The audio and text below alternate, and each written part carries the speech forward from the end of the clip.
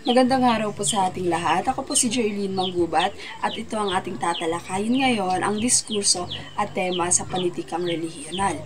May apat po tayo na tema. Ito yung pagmamahal sa kalikasan, pamilya at pamayanan, kabayanihan at kagitingan at kolonyalismo at katutubong pagtanggol. Atin po muna ngayong tatalakayin ang dalawang tema ng pagmamahal sa kalikasan, pamilya at pamayanan. Ang pagmamahal sa kalikasan, pamilya at pamayanan ay magkakaugnay at mahalaga sa ating kabuuan bilang tao at bilang isang lipunan. Hindi natin mabubuhay ng lubos ang isa kung wala ang iba. Ang pagmamahal sa kalikasan, ito ay ating pagpapahalaga at pagrespeto sa ating kapaligiran, sa mga halaman, hayop, lupa, tubig at hangin. Isang pagpapakilala sa kahalagahan nito sa ating buhay at sa kinabukasan. Dito makikita natin ang pangangalaga, pagrespeto at pagpapahalaga sa kalikasan. Ang kasunod na tema ay ang pagmamahal sa pamilya. Ito ay ang pag-aalaga, pagsusuporta at pagmamahal sa bawat miyembro ng ating pamilya. Ito ang pundasyon ng ating pagkatao at kung saan tayo natututo ng mga mahalagang aral sa ating buhay. Ang pagmamahal sa pamilya ay kailangan ng pag-unawa, pagtutulungan at pagmamahal sa bawat isa. Ang kasunod na tema naman, ito ay ang pagmamahal sa pamayanan.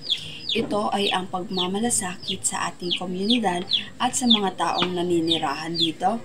Ito ang pagtutulungan at pakikiisa para sa ikakabuti ng lahat. Ipinapakita ito sa pamamagitan ng pakikilahok, pagtulong, paggalang at pag-isa. Ito po yung pagmamahal sa pamayanan.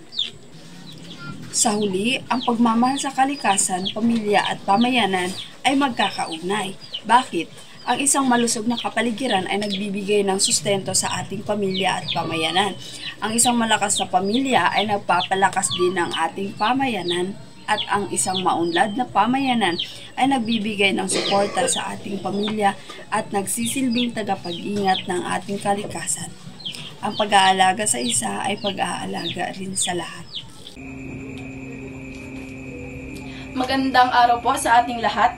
Bago ko po simulan ang aking talakayin, nais ko lamang po ipakilala ang aking sarili. Ako po si Farsha Biani at ngayon po tatalakayin natin ang kabayanihan at kagitingan.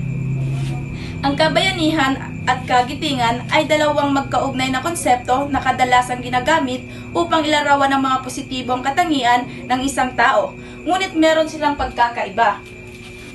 Uunahin natin ang kabayanihan.